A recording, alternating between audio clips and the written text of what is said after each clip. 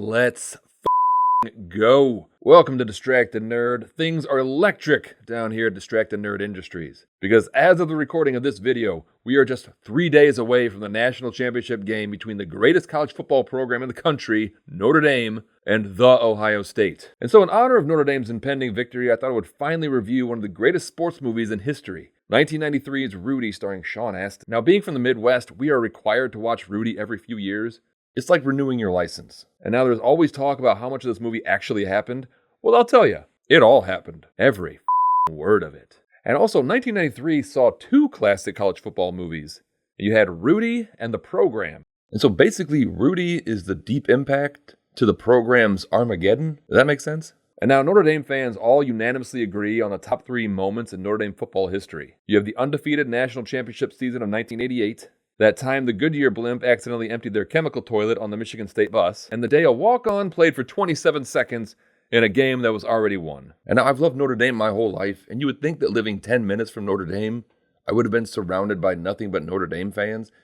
You would be wrong. Some of the biggest Notre Dame haters drive past Notre Dame on their way to work. I remember one time someone said to me that other college football fans got their team apparel from the campus bookstore where they went to school, and Notre Dame fans got their team apparel from Walmart. Meanest thing I've ever heard in my life. Cut me to the damn bone. But I mean, come on. Nobody actually went to Notre Dame. Hell, none of us even know anyone that went to Notre Dame. We all just happen to be born close to the greatest college in the world. And I loved Notre Dame as a kid, when I guess the possibility remained that I could attend Notre Dame someday. So what was I supposed to do? Just stop watching them because they rejected me by AOL Instant Messenger? And now, yes, my loyalties lie with Notre Dame, but I assure you, Distracted Nerd is an equal opportunity channel. So once you are finished chanting Rudy at the end of this video, there is a bonus video. And I have a link down below where I break down the 1975 movie, The World's Greatest Kicker, which is Ohio State's version of Rudy. And the entire movie is basically an old man having to convince people that he is a student athlete. Well, I still got one more year, buddy, so I thought I'd go back to state and win a few games for my old alma mater. Win some? Hell, you're crazy. I'm back for good now. Yeah, I'm going to be school here. Are you new on campus, Professor? Welcome. But I'm not a professor. You're a student. Yeah, I came back to get to that degree I never found time for. I also intend trying out for the football squad. I think I can make it. Would you mind repeating that? Mr. Norman intends to go out for the football team. Oh, I'm sorry. He's a student? Excuse me, Professor. I mean, I didn't... I'm not a professor yet. Oh, grad. Wrong again. Undergrad? Mm-hmm. Senior. Hey, I wish I had a kicker as good as you were back in '39. Hell, you have. Who, your son? No, me. Oh, don't make me laugh, Hal. I mean, why did I come back to college after 30 years? Well, there was the war. Oh, I've got to get over to football practice. Football practice? Yeah, got to keep in shape for the game. Don't tell me you're one of the coaches. No, I'm on the squad. Well, all right, I came back to get my degree after some 30-odd years, and I had a sort of an obsession to play out my senior year on the football squad. Dad's also on the football team. He's a reserve kicker. Oh, no. You're pulling my leg. You mean 30 years ago your father was a fine place kicker for state. No, Bruce is right. I am on the squad. It is exquisite. Rudy follows Illinois resident Daniel Rudy Ruettiger, who dreams of one day playing football for Notre Dame, despite being just a weird little guy. Rudy lives with his mother, Trudy Ruettiger, his father, Moody Ruettiger, and his brother, Frank, Hootie Ruettiger. And no one is supportive of young Rudy's football aspirations. Now, has anybody else got anything to say to me before I start this meal? After high school, I'm going to play football at Notre Dame. Sherry, honey, can I get you? I mean, it is mean to laugh at a child's dream, but I can imagine this isn't the first time they've heard this. And it was completely unprompted. It's like when I got really into Pogs and would just try to shoehorn a reference to Slammers in every conversation. People just stopped taking you seriously after a while. But I just eventually moved on. It didn't radicalize me to the point where I would terrorize a local college for several years. I just got really into Nintendo. The only one who really believes in Rudy is his best friend Pete. But at times, it kind of just feels like a hostage situation. And let me get it, boys. That's when we go on offense. That's when we go to 'em. We're going inside him. We're going outside him. Inside him and outside him. Like, this is a definite case of Stockholm Syndrome. Pete is identifying with his captor. Also, how many times do you think poor Pete has had to listen to Rudy recite this speech? It's 1 a.m. Let Peter go home. We flash forward to Rudy's senior year of high school, and we witness his last high school football practice, and even though he's small, we quickly learn that Rudy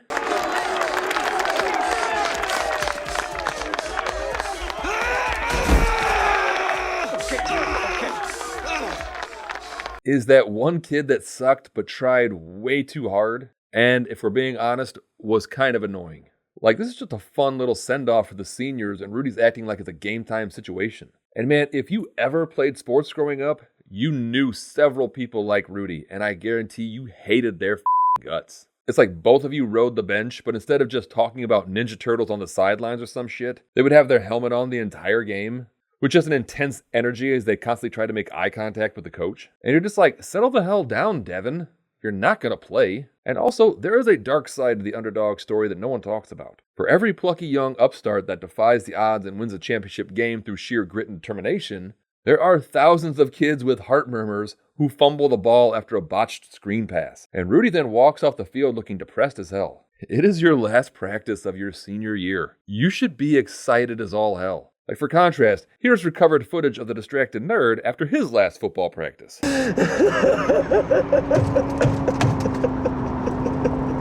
the next day at school, Rudy learns that there's a campus tour of Notre Dame for anyone with an interest to attend the university, and Rudy is all over it. Okay, so his journey begins. So I guess basically Rudy lacks the size and the ability to play football for Notre Dame, but surely his grades are amazing, right? If I were giving out grades for daydreaming, you'd be getting an A. But in civics, you're failing.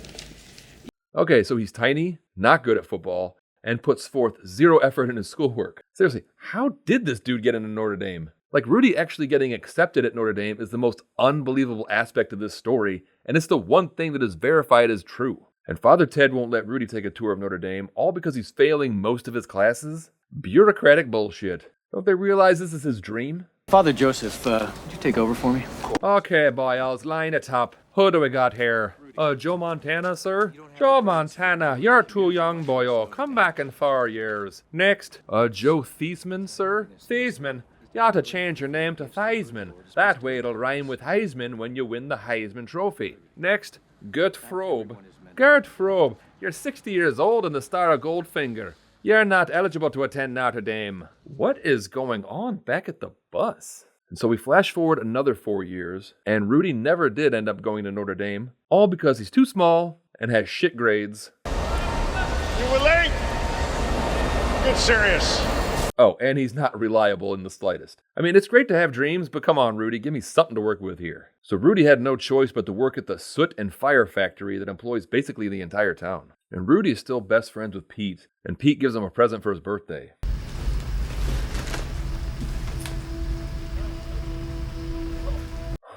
What a mean gift. Holy shit. How's it look? You were born to wear that jacket. Oh my God. Pete is cold-blooded as hell. I swear no one is meaner to you than your best friend, am I right? And even though Pete is clearly making fun of Rudy, we could all use a hype man like him. And in Pete's zeal to defend Rudy, he gets into a bar brawl with Frank. One half of Rudy's heart and desire. You got him in all confidence. He said you were a pussy. Hey! Frank! Come on, Frank!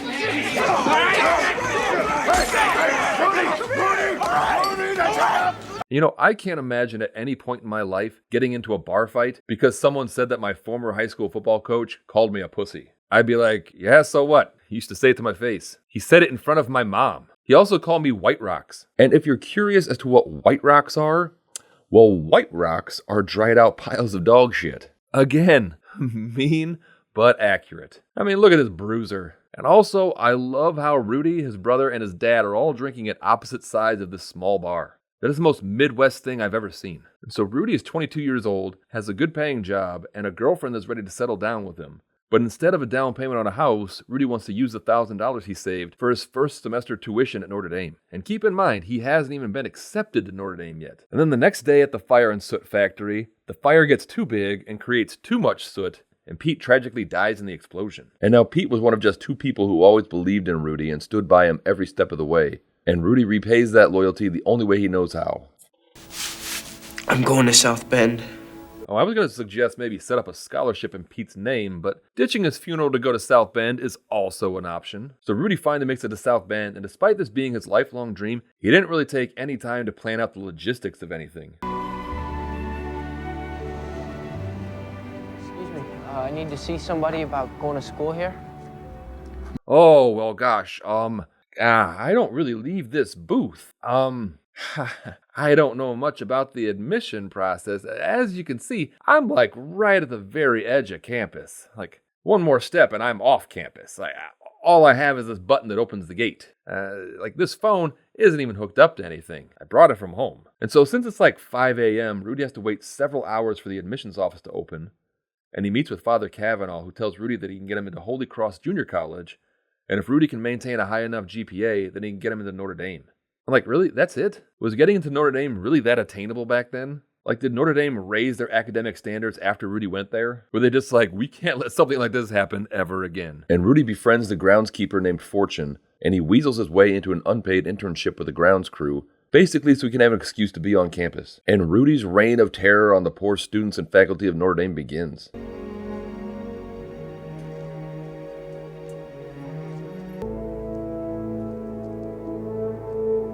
He sneaks into places he shouldn't be. No, just a moment, Coach? young man. You can't just... Coach, can I talk to you for a second? Please, it'll just take a minute. Coach, Makes secretaries realize they don't get paid enough to put up with this shit.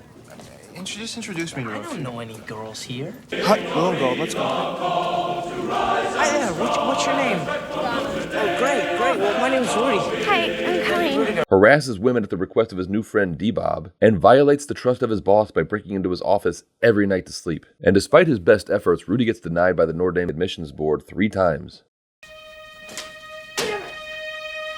And you know, this is exactly how Ted Bundy got his start as a serial killer, when he spent a semester trying to realize his dream of playing football for Grambling State. And now, I don't want to be a conspiracy theorist, but there were dozens of unsolved murders around Notre Dame campus during this time. And the university was probably all like, we don't negotiate with terrorists, but the sooner we let him in, the sooner we can get rid of him. Congratulations. You are...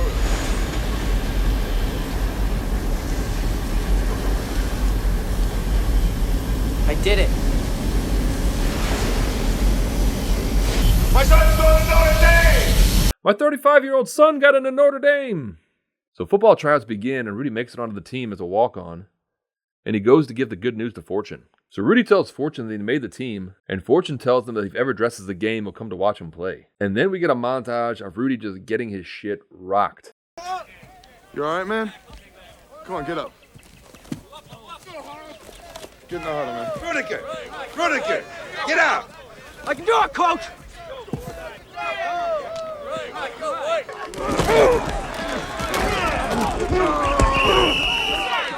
Hey, what are you doing? Don't treat me like your brother, man. I'm playing defensive end for the Purdue. Come on! What's this? You ain't here to be no nanny and no kindergarten. Now go play ball.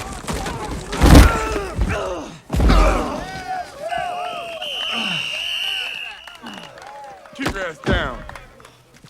Now, as someone who's been on scout team before, it's really best to not piss off the starting behemoths that are on the other side. I remember one time when I was a sophomore and we were preparing for state, and emotions were running high. I ran a play on scout team and was able to get past the D-line for a quote-unquote touchdown, and the defensive coach screamed at the defense for 5 minutes, and then yelled, "Run the same goddamn play again." I have never been hit so hard in my damn life. And guess what? No one was like, "Hey, the 38 special really took that hit like a champ. Let's put him in the big game." They were all laughing and saying, "Did you hear that little bitch crying about his coccyx?" Oh, dear God, folks. Oh, God, my coccyx. My coccyx. Oh, I've broken my coccyx. Don't you understand, man? If you don't cool it out there, you're gonna end up getting yourself killed. If I cool it, I won't be helping you guys get ready for the next week's games. Got it? I got it. He's just a showboat, man. That's all he's about. Oh my God, I completely forgot Vince Vaughn was in this. Am I just cynical in my old age, or is Vince Vaughn correct? And Rudy goes to Coach Parsegian, and he agrees to let Rudy dress one game the following season. And in the funniest turn of events, Era gives Rudy what he's always wanted, and then immediately retires. And then we get the reign of the evil Dan Devine. And Coach Devine refuses to let Rudy dress for the entire season. And so then by the final game, Rudy's had enough, and he decides to quit. You're 5 feet nothing, 100 and nothing, and you got hardly a speck of athletic ability. And you hung in with the best college football team in the land for 2 years. And I guarantee a week won't go by in your life you won't regret walking out, letting them get the best of you. You hear me clear enough? And then all the starters turn in their jerseys in a show of solidarity for Rudy to play. You know this, but this is the most important game of your life. It wasn't.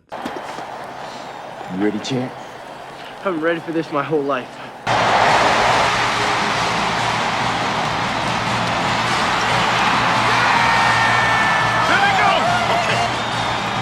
I lied to everyone at my school and said that my uncle worked for Notre Dame and was able to get me in the crowd for this scene. I didn't even bat an eye. I just straight up said that I was on the 50-yard line.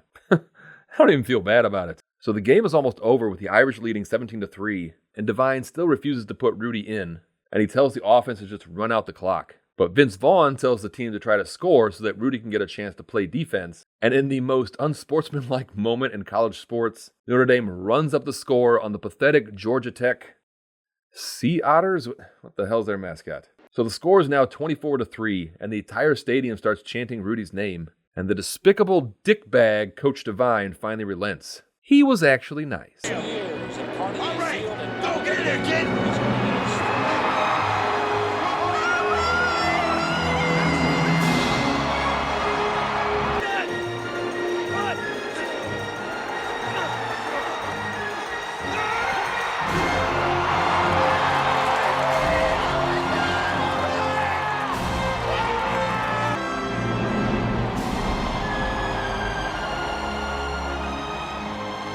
And if you don't tear up during this scene, then you are either a robot or you grew up in Michigan.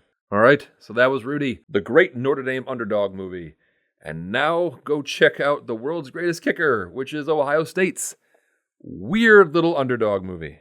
It is, it's exactly what you would expect to come out of Ohio State.